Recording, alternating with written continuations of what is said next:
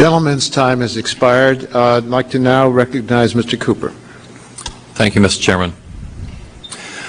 Mr. Pence, in the charter or bylaws of your corporation, either the holding company or Blackwater, does it say explicitly that it will only work for the United States of America or its entities? No, it doesn't. So, but if I could clarify, anything we do for any foreign government, any training of anything from law enforcement training to any kind of aviation training, tactical flying, any of that stuff, all of that is licensed back through the State Department, another part of the State Department. but you're the owner of the company, the CEO. If limitations like this are not in the charter and bylaws, isn't there a risk that should something happen to you that different management, in order to maximize profits, might seek contracts from any number of other foreign countries? Like if Vladimir Putin offered a lot of money, why would you want to turn that down as a business entity? Because you'd be violating federal law and the whole place could be shut down very, very quickly. But you're assuming a State Department license would apply. It does. Regular private company. You can... No, sir. I'm sorry. We have to have a license to train.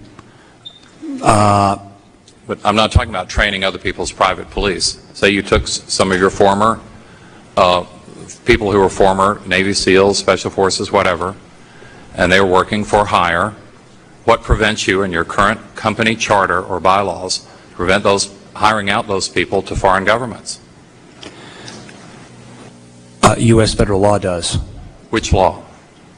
Defense Trade Controls Act. Any training, any security services, any export of any weapons, any equipment you'd use to do that kind of job requires a license. And on top of that, this idea that we have this private army in the wings is just not accurate.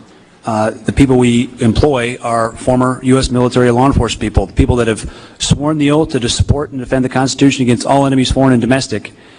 They bleed red, white, and blue. So the idea that they're going to suddenly switch after having served honorably for the U.S. military and go play for the other team, it's not likely. These are independent contractors or employees. They're supposed to do what they're told.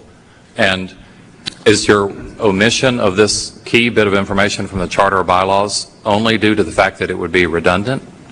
If it's assumed, why don't you go ahead and put it in the charter and bylaws that these people, this company, will only work for the United States of America and its entities? Why wouldn't that be a nice addition to the charter? That wouldn't make any sense because we have NATO allies helping in Afghanistan, helping the United States mission there, and there might be opportunities for us to provide them with training or aviation support or logistics or construction or a lot of other things that allies need, especially as the U.S. Is trying to build capacity around the world. There's a lot of countries that need help building out their police departments, giving them more counterterrorism capability. 26 NATO allies, so you could work for any of them? 26 NATO allies, but more and more the U.S. government is doing FID missions, foreign internal defense. We've done a number of successful programs for them working for the U.S. government where they hire us, we go in and we build that capacity and train them and provide the equipment, all of which is licensed by the State Department. When we apply for that license, it goes to the State Department and they farm it out to the relevant part of the DOD to control and authorize that licensing. What's the curriculum going to be? What tactics? Even down to which individual in which country is going to be trained so they can do a check on them. So that is all controlled by the U.S. government already, sir.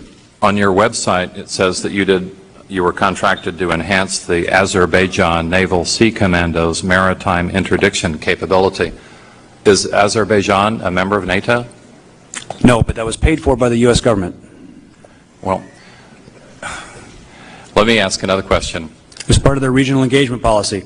I don't make that policy, sir. Wouldn't it be nice to put in your charter and bylaws that you only work for U.S. or U.S.-approved entities? Why would that be harmful to your company? We'd be happy to do that, but it's absolutely redundant because we can't work for someone that's not U.S.-approved. Redundancy is a small objection to making sure that you're a loyal U.S. company. Let me ask another question. What if a large company inside the United States of America wanted to hire your company for services, say to break a strike or for other purposes like that? Is that allowed under your charter and bylaws? That's not something Not something we've even explored. But it would be permissible under your current company charter? It's a new line of business, possibly? No. That might be very profitable?